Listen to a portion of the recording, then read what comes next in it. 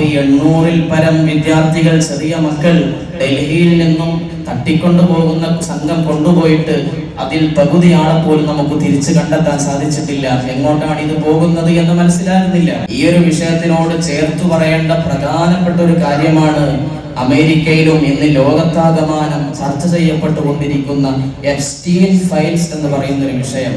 Jeffrey Epstein എന്ന് പറയുന്ന ഒരു നരാധമനായ മനുഷ്യൻ ഓരോ നാടുകളിലുമുള്ള ചെറിയ 2ഉം 3ഉം പ്രായം വരുന്ന ചെറിയ പെൺമക്കളെ, ചെറിയ ആൺകുട്ടികളെ പിടിച്ചു കൊണ്ടുപോയിട്ട് പാശ്ചാത്യൻ രാജ്യത്തൊരു ദ്വീപുണ്ടാക്കി അവിടത്തേക്ക് കൊണ്ടുപോവുകയാണ്. പ്രധാനമായിട്ട് അവർ ടാർഗറ്റ് ചെയ്യുന്നത് 12-ന്റെയും 17-ന്റെയും വയസ്സിനിടയിലുള്ള പെൺകുട്ടികളെയാണ്.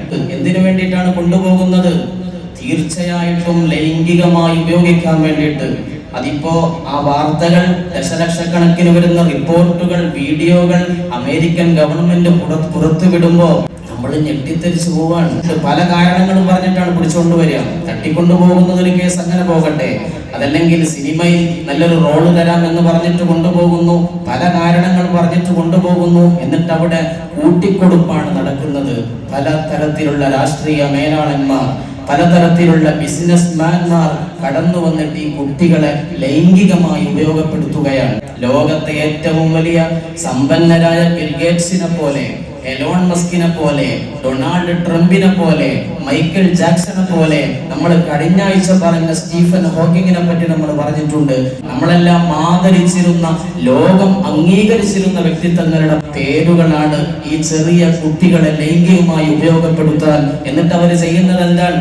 ആ വീഡിയോ കുറച്ചു ഭാഗം മാത്രമേ നമ്മുടെ മുന്നിൽ ഇന്ന് അവൈലബിൾ ആയിട്ടുള്ളൂ. അത് കാണുമ്പോൾ തന്നെ മനസ്സ് മരവിച്ചു പോവുകയാണ്. നമ്മളിങ്ങനെ കരഞ്ഞു പോവാൻ. നമ്മളൊക്കെ ചിക്കൻ ഒരു കൊള്ളി കഷണത്തിൽ വെച്ചിട്ട് അൽഫാമൊക്കെ ചുടുന്ന മാതിരി, അതല്ലെങ്കിൽ ജ്യൂസ് മേക്കറിൽ നമ്മൾ ഫ്രൂട്ട്സ് ഇട്ടിട്ട് അതിങ്ങനെ ജ്യൂസ് ആക്കുന്നത് പോലെ ചെറിയ 8ഉം 8ഉം തിരിയാത്ത കുട്ടികളെ ആ ഒരു തരത്തിൽ കശാപ്പ് ചെയ്യാൻ പോലും മടിക്കാത്ത നരാധമനായ മനുഷ്യന്മാർ, ഇവരുടെയൊക്കെ മുഖം മൂടി ഇന്ന് അടിഞ്ഞു വീണുകൊണ്ടിരിക്കുകയാണ്.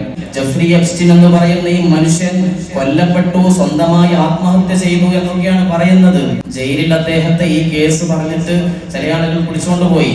അങ്ങനെ പെട്ടെന്നാണ് ഒരു മിനിറ്റ് നേരം കൊണ്ട് ആ ജയിലിലുള്ള എല്ലാ ക്യാമറകളും വർക്ക് ചെയ്യാതെ വരുന്നു. ഏകദേശം 1 മിനിറ്റ് മാത്രം.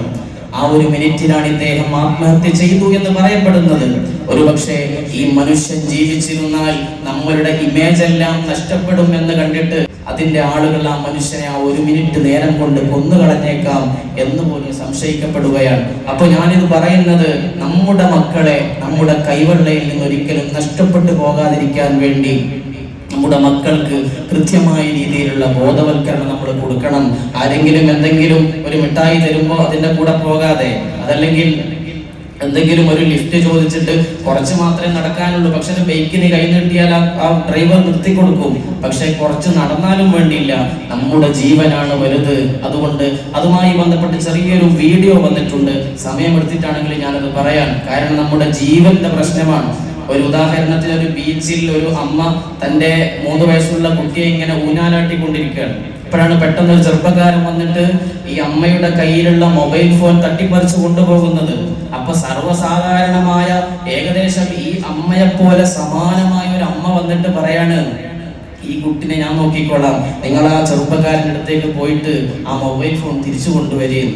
അപ്പൊ ആ ഉമ്മ അങ്ങോട്ട് ഓടുകയാണ്. ഒരു CCTV ഫുട്ടേജ് ആണ് നമ്മുടെ നാട്ടിൽ നടന്നൊരു ഉദാഹരണം ഞാൻ പറയാം. ഈ അമ്മയാണെങ്കിൽ ഈ കുട്ടിയെ എടുത്തിട്ട് ഇങ്ങോട്ട് പോയി. വെൽ പ്ലാനഡ് ആയിട്ടാണ് ഈ കാര്യങ്ങളൊക്കെ നടക്കുന്നത്. അപ്പൊ നമ്മൾ കരുതലോട് കൂടി ഇരിക്കണമെന്ന് കൂടി നിങ്ങൾ അറിയിക്കുകയാണ്. പ്രത്യേകിച്ച് കേരളത്തിൽ ഈ വിധത്തിലുള്ള പ്രശ്നങ്ങളും ഉണ്ടാകാറില്ല. ഉണ്ടാവാതിരിക്കാൻ നമ്മൾ തന്നെ ശ്രദ്ധിക്കണം.